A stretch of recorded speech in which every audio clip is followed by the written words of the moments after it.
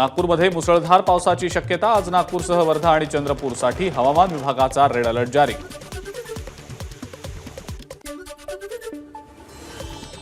नागपूरमध्ये 6 तासात 271 मिलीमीटर पावसाची नोंद। नागपूर वेधशाळेची माहिती।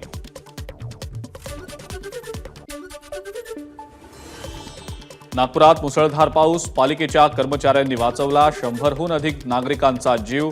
अग्निशमन आणि आणीबाणी विभागाच्या कर्मचाऱ्यांचा समावेश।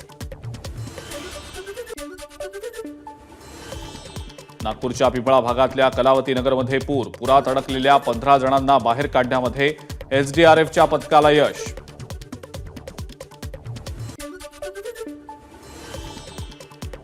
दमदार पावसाचा नागपूरच्या शासकीय वैद्यकीय रुग्णालयालाही फटका। रुग्णालयातल्या अनेक वॉर्ड्समध्ये शिरलं पाणी, मात्र कर्मचाऱ्यांच्या सतर्कतेमुळे तत्काळ रुग्णालयाची स्वच्छता। नागपूरच्या भिवापूर तालुक्यातल्या मरून नदीला पूर। नक्षीगड ग्रामपंचायत अंतर्गत येणाऱ्या मांगली गावचा संपर्क तुटला। गडचिरोलीच्या चामोर्शी तालुक्यातल्या चांदेश्वर ते येणापूर मार्गावरच्या पुलावरनं पाणी। बैलांना घेऊन शेतकऱ्यांचा पुलावरनं जीव घेणा प्रवास। सततच्या पावसामुळे गडचिरोली जिल्ह्यातले 13 मार्ग बंद। यामध्ये 3 मोठ्या तर 10 लहान मार्गांचा समावेश। 40 पैकी 23 मंडळांमध्ये अतिवृष्टीची नोंद।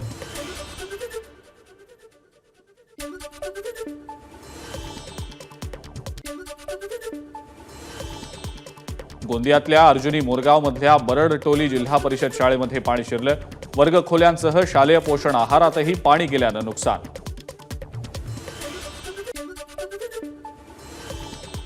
गोंदियाच्या सडक अर्जुनी तालुक्यात पुराच्या पाण्यामध्ये अडकलेल्या बाप लेकांना 6 तासांनंतर काढलं बाहेर। पिंपरी गावातली घटना। चंद्रपुरातल्या नागभीडमधल्या विलम नाल्यात 13 वर्षीय मुलगा वाहून गेला। स्थानिकांच्या मदतीनं शोधकार्य सुरू। संपूर्ण घटना कॅमेऱ्यामध्ये चित्रित करण्यात यश।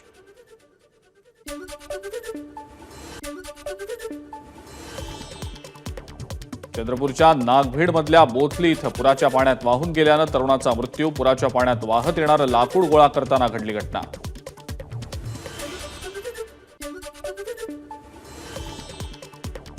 चंद्रपुरातल्या कॅचमेंट एरियामध्ये मोठ्या प्रमाणावर पाऊस। इरई धरणाच्या पाणी पातळीत वाढ। धरणाचे 7 दरवाजे 1 मीटरनं उघडले। इरई नदीकाठच्या गावांना सतर्कतेचा इशारा।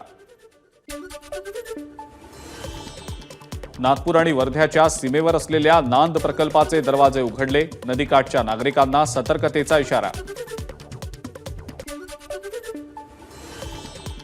अतिवृष्टीमुळे भंडारा जिल्ह्यातले 38 ग्रामीण मार्ग बंद। पाणी वाहणारे पूल आणि मार्गांवरनं प्रवास करू नये, प्रशासनाचं आवाहन।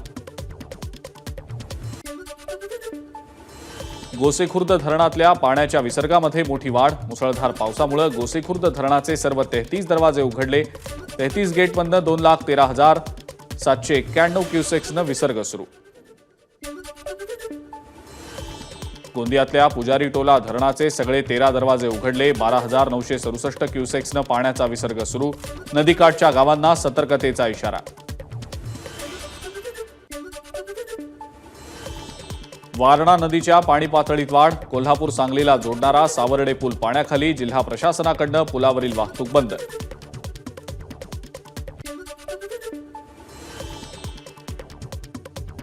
जळगावच्या पिंपरी प्रौत्राण गावातील ग्रामस्थांचं धरणे आंदोलन। पुलाच्या उभारणीसाठी केटीवेर बंधारा फोडण्यास गावकऱ्यांचा विरोध। बंधारा फोडण्याचा प्रयत्न करणाऱ्या कंत्राटदारावर कारवाईची गावकऱ्यांची मागणी। कोकण आणि पश्चिम महाराष्ट्राला जोडणारा करूळ घाट गेल्या 6 महिन्यांपासून बंद। घाटात मोठ्या प्रमाणावर खोदकाम सुरू असल्यानं दरड कोसळत असल्याचं दृश्य। वर्ध्यातल्या समुद्रपूर तालुक्यात एका गोठ्यावर वीज कोसळली। एका बैलाचा मृत्यू तर दुचाकी आणि शेतीच्या साहित्याचं नुकसान।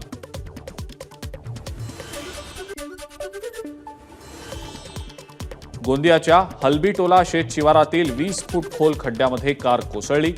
कारमधल्या 3 एकानं काच फोडल्यामुळे उर्वरित 2 प्राण वाचले।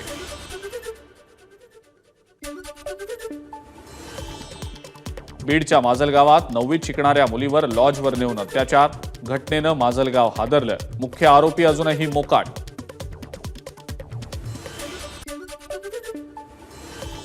रत्नागिरीतल्या दापोलीमध्ये एका घराला शॉर्ट सर्किटमुळे आग. संसारोपयोगी साहित्य जळून खाक.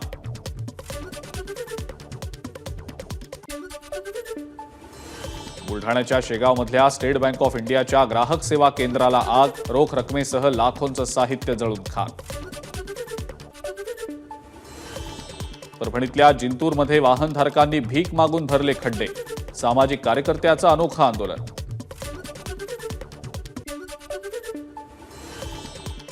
नांदेडमध्ये ज्येष्ठ नागरिकांचा जिल्हाधिकारी कार्यालयावर मोर्चा. शासकीय योजनांचा लाभ द्यावा, ज्येष्ठ नागरिकांना दरमहा 3,500 रुपये मानधन द्यावं यासह अन्य मागण्यांसाठी मोर्चा.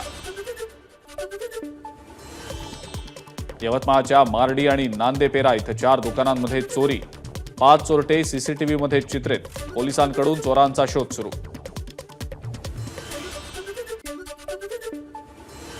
बीड, माजलगाव आणि परळीमध्ये बसवलेल्या अत्याधुनिक सीसीटीव्ही प्रणालीचं पालकमंत्री धनंजय मुंडेंच्या हस्ते लोकार्पण. ट्रॅफिक समस्या, गुन्हेगारी यावर लक्ष ठेवण्यासाठी सीसीटीव्हीचा पोलीस प्रशासनाला उपयोग होणार. परळीतल्या औष्णिक विद्युत केंद्रातल्या राखेमुळे आरोग्यावर परिणाम. औरंगाबाद खंडपीठामध्ये जनहित याचिका. महाजेनको आणि प्रदूषण मंडळाला नोटीस.